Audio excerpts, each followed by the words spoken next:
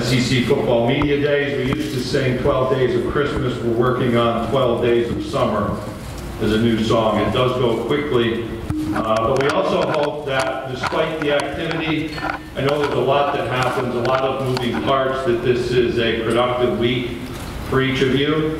We have our staff who serve greatly through these next few days, the staffs from our universities, and a number of volunteers to help support your efforts. So please take advantage of them. I also want to welcome, in addition to all of the media, those of you who are affiliated, whether it be with bowl games, who are part of either the college football playoff, the college football universe, or particularly those with whom we have a relationship, those of you who are parts of foundations and associations, all of which support the great sport of college football. You are important to us. Also important to us is that later this year, in fact on December 9th, we will mark 85 years since the Southeastern Conference was created. It happened back in 1932 in the old Farragut Hotel in downtown Knoxville. Hard to believe that such a great organization came out of times when we were in a Great Depression, for example, as a country, and yet we still thrive. And it's important because time moves so quickly that we take moments and be intentional to stop and remember both important events and special people who contributed to the fabric of the Southeastern Conference. We like to think every year in the SEC is special, and last year was no exception. For example, the SEC won national championships in 6 different sports. We saw the national championship finals in women's basketball and in baseball comprised of only SEC teams. I think maybe the most remarkable statistic, and they're all important, is that every one of our 13 softball teams was selected to participate in the NCAA softball tournament. In outdoor track and field, we had 8 of the top 10 men's teams and 5 of the top 7 women's teams. We provided 3 of the Elite 8 in men's basketball, including an all-SEC final in Madison Square Garden between Florida and South Carolina, which produced our Final Four team this year, the University of South Carolina men's basketball team. And for the 10th time since 2006, an SEC team played for the College Football National Championship.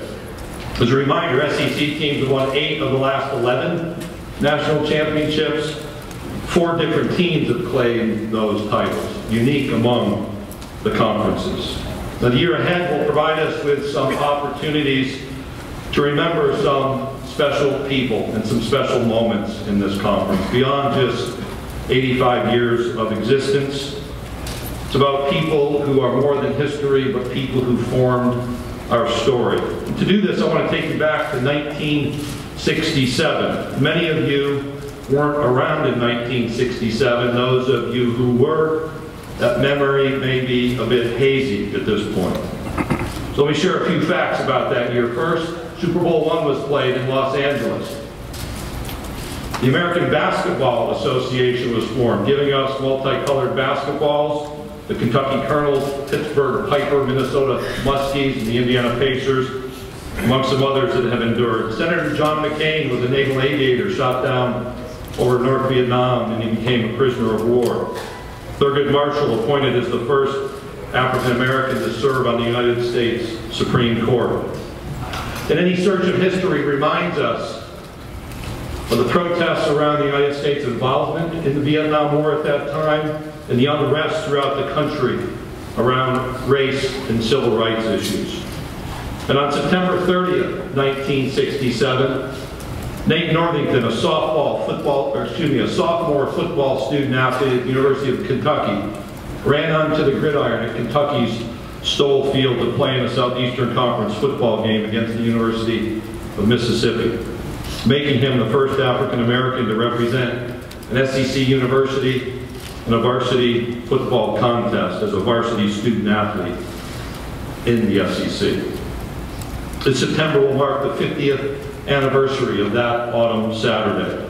If you know the story, you know there's sadness associated with what happened that day. The day before, on Friday evening, Nate Northington learned that his roommate and Kentucky football teammate, Greg Page, had died as a result of an injury he suffered during football practice earlier that year.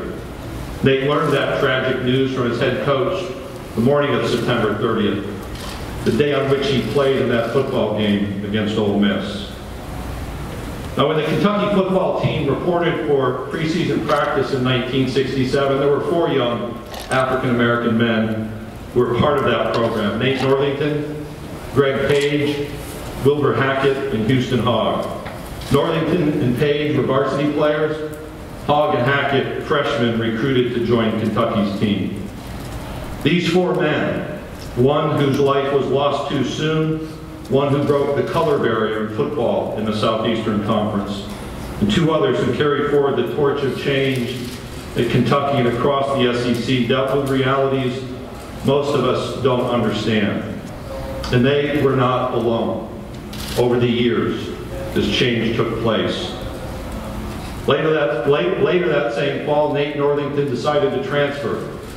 But he didn't leave Kentucky without encouraging his 2 teammates, Hogg and Hackett, to remain and finish what he and Greg Page had started. Houston Hogg finished 4 years of studying and playing. In Kentucky, he married, raised 6 children at last count, had 19 grandchildren, and remarkably, he and his wife Deborah have opened their home to over 200 foster children during their lives. Wilbur Hackett was eventually elected Kentucky's team captain, the first African-American elected as a team captain among any of the SEC's teams. Wilbur later became a football official in the SEC, and he still works today with our officiating program. If you do a Google search on Wilbur, probably the first thing you'll find is him meeting Stephen Garcia in a football game in South Carolina a few years back. But he served well. In fact, these were and are remarkable people. In April 1963, not far from this very spot, in the early portion of Letter from Birmingham Jail, Dr. Martin Luther King Jr. wrote this, quote, "We're caught in an inescapable network of mutuality, tied in a single garment of destiny. Whatever affects one directly affects all indirectly."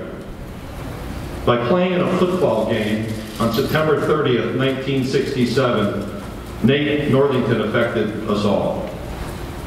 Yet this network of mutuality involves more than the 4 football players at Kentucky, more than just one date, one sport, one team, or one university. I've read enough to know the names of the people I'm about to read are important, and I've heard some of their stories, because they're the people who were among the first African-American student athletes either on their campuses or in this conference. I'm going to read these names. Wendell Hudson from Alabama in basketball. Darrell Brown in football at Arkansas, then a member of the Southwest Conference. Henry Harris in basketball at Auburn. Johnny Brown at the University of Florida running cross country in the fall of 1968. And Ron Coleman, who was the university's first African-American scholarship student athlete, competing in track and field the next spring. Maxie Foster in track and field at Georgia. As I mentioned, Nate Northington in that varsity football game. Henry LeBoyd in baseball at LSU. Coolidge Ball, an Ole Miss basketball player. Robert Bell and Frank Dowsing in football at Mississippi State. In Missouri, it was 1958-59 season. Then, as a Big 8 member, they had Al Abram join as a basketball player. South Carolina, the names Jackie Brown, Carlton Haywood, and Casey Manning. Lester McLean in football at Tennessee, along with James Craig and Andre Hardy from the Volunteers Track and Field program. At Texas A&M, well, that institution was in the Southwest Conference. Curtis Mills, Sidney Shawshea, Hugh McElroy, Edgar Hardy in track and field. And at Vanderbilt, it was Godfrey Diller and Perry Wallace as freshman basketball team members during the 1966-67 season. And Perry Wallace as a member of the varsity team at Vanderbilt, becoming the first African-American varsity basketball player in the Southeastern Conference during the 1967-68 season. And one more note of honor, that for Stephen Martin, who at Tulane University became the first African-American student athlete to represent an SEC member institution on the playing field, which Tulane was as a member of the SEC in 1965. Within this list of names, there are stories of success and tragedy, achievement and disappointment, heartache and hurt, yet forgiveness and reconciliation, dignity and grace. The contributions to change go well beyond football, and the winds of change began earlier than the fall of 1967. But the seeds of change planted by Stephen Martin, Nate Northington, and Perry Wallace, and so many others have blossomed today into hundreds of opportunities in every SEC sport all across the campuses of our great universities. From all the stories, particularly those stories of Kentucky's four, there was a comment from Nate Northington that stood out to me. According to an article in the Louisville Courier-Journal, when he transferred from the University of Kentucky, someone told him the experiment of African Americans in the SEC was a failure. Last year, the ceremony unveiling a statue to honor Nate and his three teammates, which now stands on Kentucky's campus, he said this, quote, "Now, it doesn't look like a failure to me," end of quote. As we look to the 2017 SEC football championship game at the new Mercedes-Benz Stadium in Atlanta, we'll invite those ideas. We're open to a 14-week season, but we want to be very careful about not moving the standard for football practice even earlier into the summer. In February, the Football Rules Committee will meet. One of the things that we hope they will do is make what is an experimental rule, that being collaborative instant replay, permanent. We think it's appropriate. We're pleased to see further adoption of collaborative instant replay across the country. Some of the models vary. We respect that. That's part of an experiment. But we hope, as we head towards the Rules Committee meeting, that we'll see instant replay standardized. We think there's some adjustments to be made in the game. I expect you'll see a lot of conversation related to the length of game and the timing of games. We are working in different ways with our schools and our media partners to be intentional and focused around half times, making it as close to 20 minutes as can be managed, making sure that we're in and out of media breaks quickly. We will have television advertising. That is part of our reality. And also within the game itself, around certain plays, scoring plays come to mind quickly, that we move with, if you will, a sense of urgency to keep the game flowing as best we can. We hope that this will be a topic of conversation, but we want to be very careful about not impacting directly the game itself. The college game stands unique. We think it should, but again, we're open to this conversation and look forward to it happening.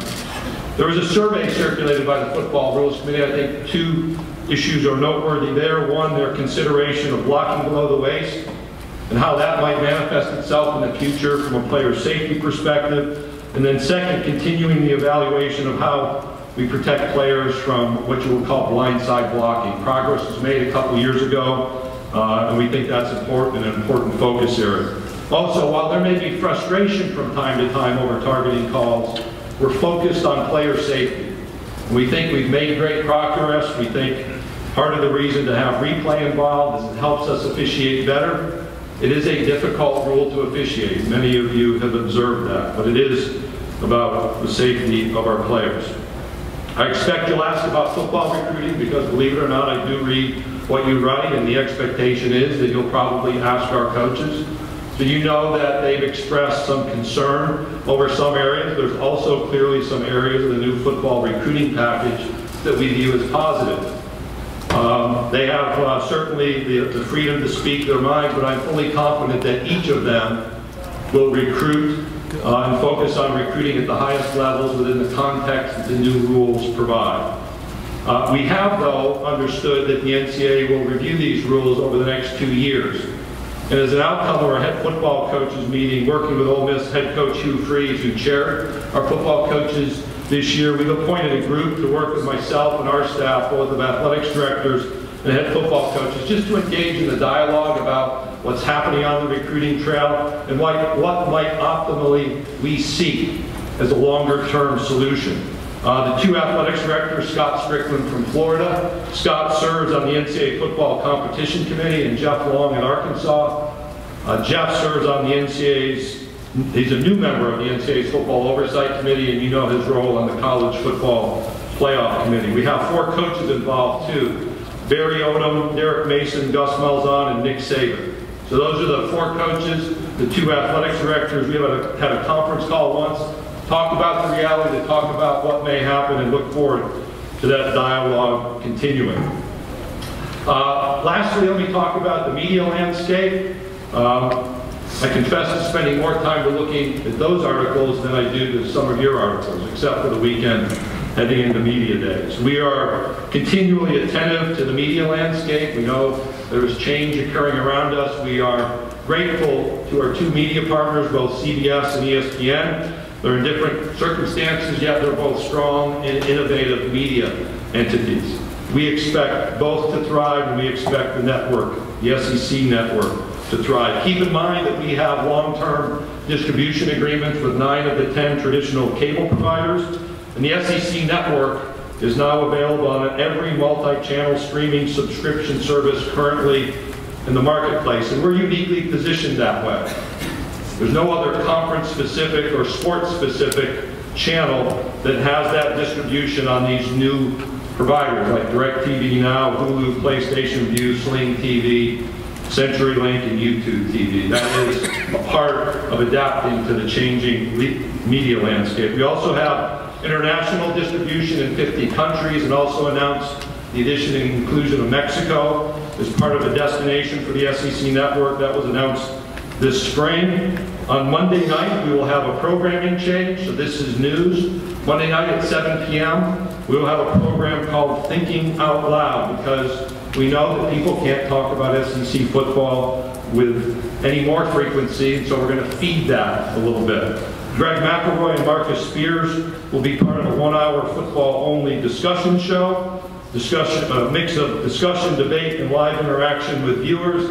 It debuts September 1st and continues through the Monday after our championship game, December 1st. Lastly, on the network front, at least for now, beginning next spring, so I'm getting ahead of your day planner, we will have live coverage of events on 2 Sunday nights in February for our swimming and diving and indoor track and field finals.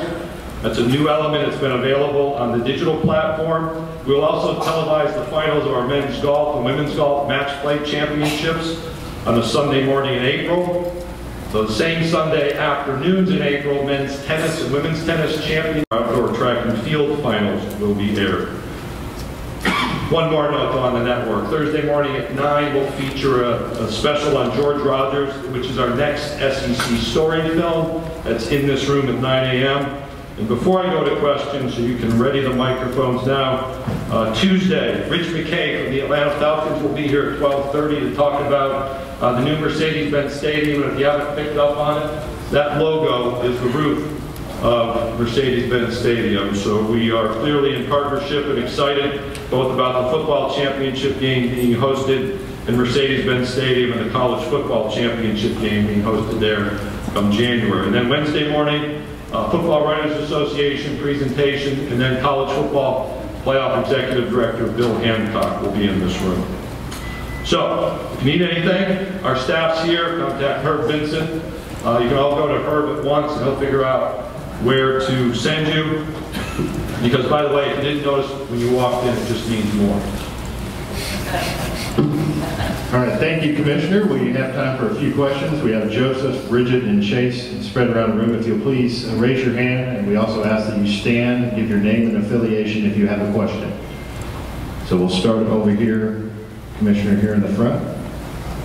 Please stand and give your name. Thank you. Gary Smith, Florida Time Union. Greg, I wonder if you guys have evolved any further towards a comprehensive plan for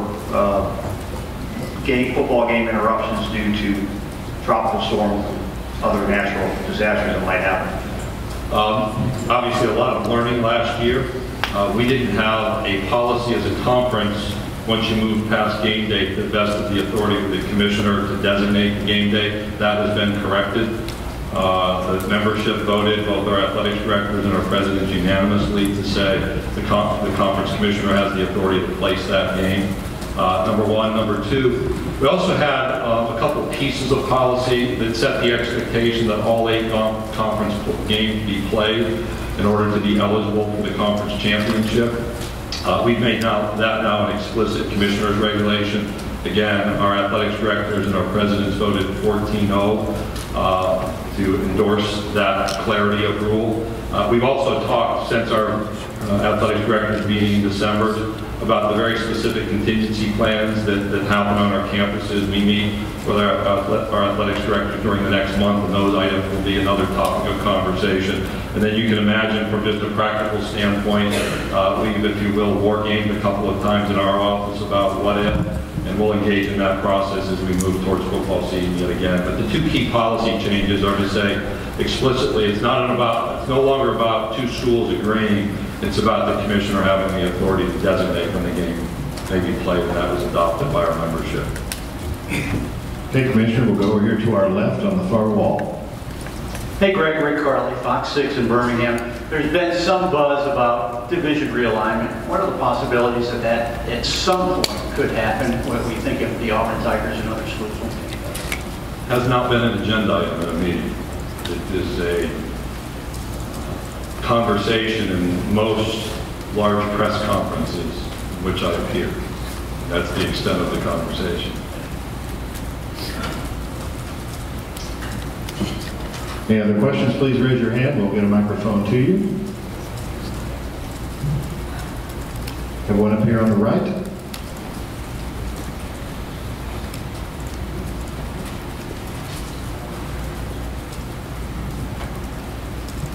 Alex Smith with SEC Country. Given the somewhat volatile state of cable television, wondering if the conference has faced any specific challenges with the SEC network, or if there are any hurdles ahead that you might have to clear. I think we've experienced over 3 years great success with the SEC network. We're attentive to the change. People use different adjectives, volatile, whatever it might be. I just look at the reality of the changes happening around us, so we're completely attentive to that. We know that ESPN as well is attentive to that. Since launch, what we've seen is international distribution opportunities as these new distribution methods are created. We've been positioned well by ESPN. So really, despite the change, there's a lot of good news, but we are still attentive to that change. I know that I watch a lot more on my phone and iPad.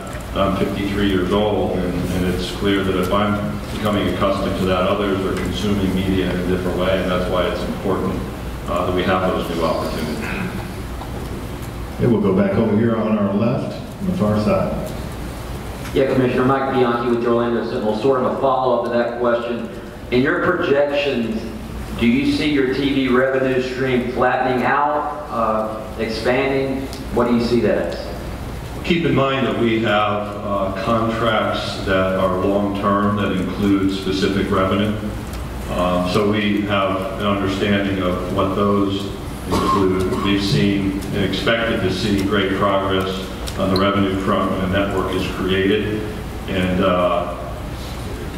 the lack of that 20, 50, 70% year-over-year increase is not related so much to the cable industry, but now we have a much more mature network. And so, to my points earlier about those new distribution opportunities, those are important, as is maintaining as many households as possible in the current environment. So, any flattening or any normalizing, if you will, of revenue is basically a standard outcome of what we do, and that to which we become accustomed over time. We've got contractual and then some variable revenue. But it's still continued to progress. It's good news. Got one right up here in the front. We can get up one to the right.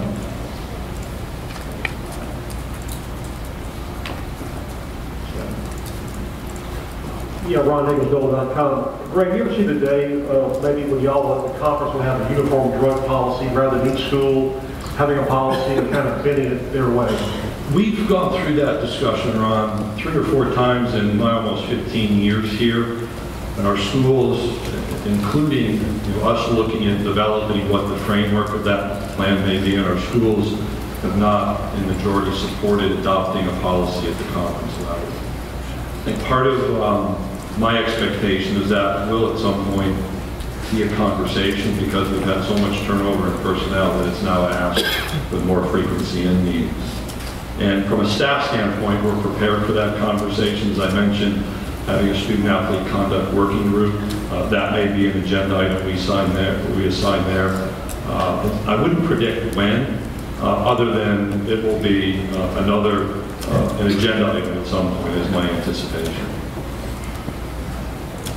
But keep in mind, our schools make the determination. Hidden in my reference is the changing personnel, I think, probably prompt that discussion. Other questions? We have one in the middle section over here on our left aisle. Yeah, Tommy Dees, Tuscaloosa News. Commissioner, do you favor some kind of standardized format for injury reporting in football? I think that's probably, Tommy, the second time I've been asked, and that's just not been a conversation that we've ever had.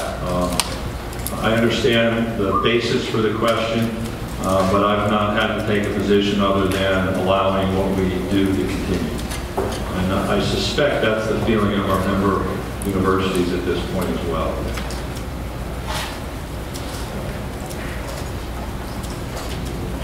Any remaining questions for the Commissioner?